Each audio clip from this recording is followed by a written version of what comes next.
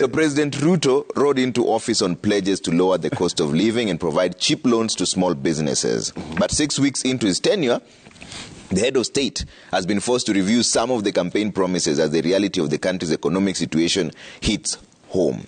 Prices still highest, that is fuel prices 2 months after elections. Food, it could take up to a year to lower the food prices. In fact, this is where the rubber meets the road. When, during the campaign, the president said in 100 days, they would lower the cost of living.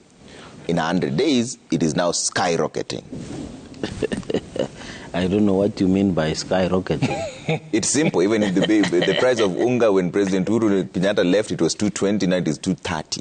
Okay. So it is rising. Thank you. Is it that there was no reality check during the campaigns? Or did you give Kenyans empty promises? On a lighter note, so that I answer on the cost of living and cost of food, is that I want to warn Governor Matange not to attempt to hang out with Sifuna. Because Sifuna has already issued a warning that should they hang out in private, it might bring those matters to the fore.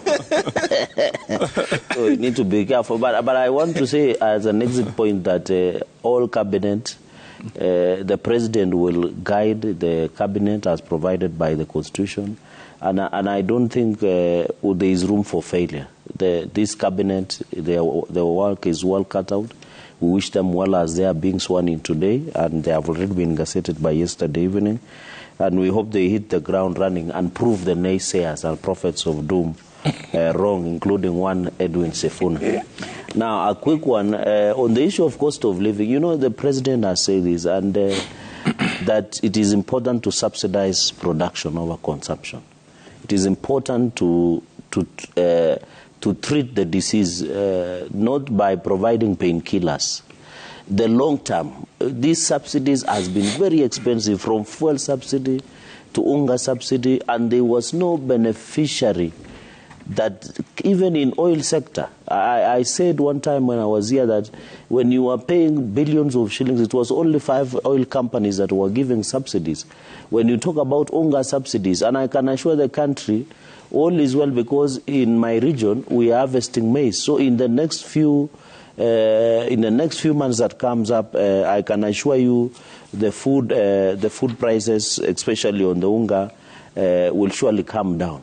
But the bottom line the president was making is that he wants a long-term solution. Because even if we provide unga subsidy, how long are we going to provide for long?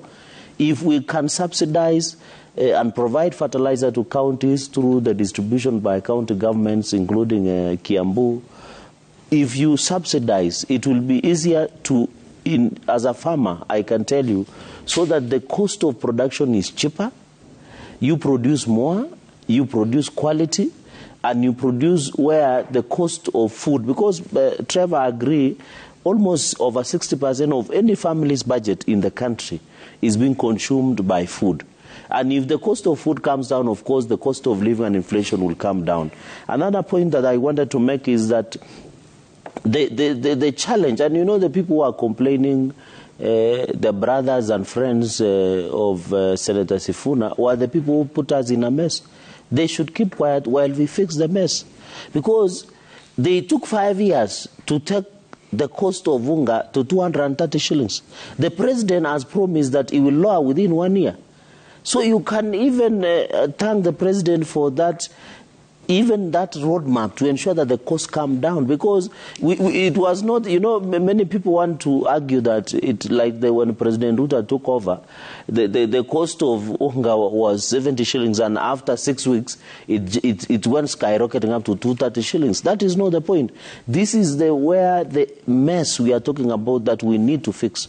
And it is important that these gentlemen and ladies keep quiet as we try to fix their mess.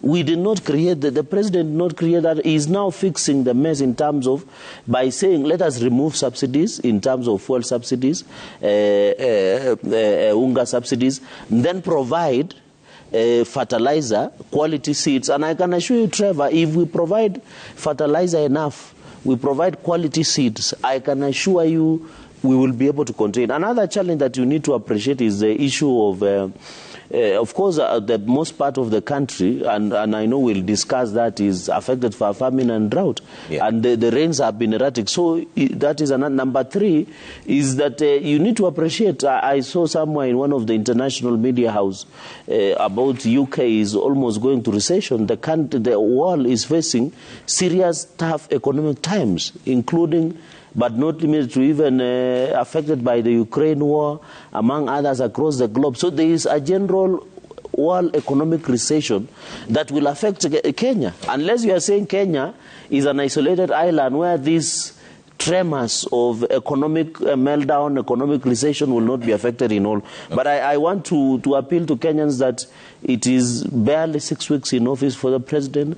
Let us give him time to put even, in fact, as we even discussed the cost of living, the cost of food and everything, the cabinet is taking over today. Okay. So, in fact, the people who have been making this thing, government to settle hard, is people like Sifuna and his friends who are in every turn and twist, they want to oversight the government in the mess that they created while we are fixing the mess that they already created. Okay.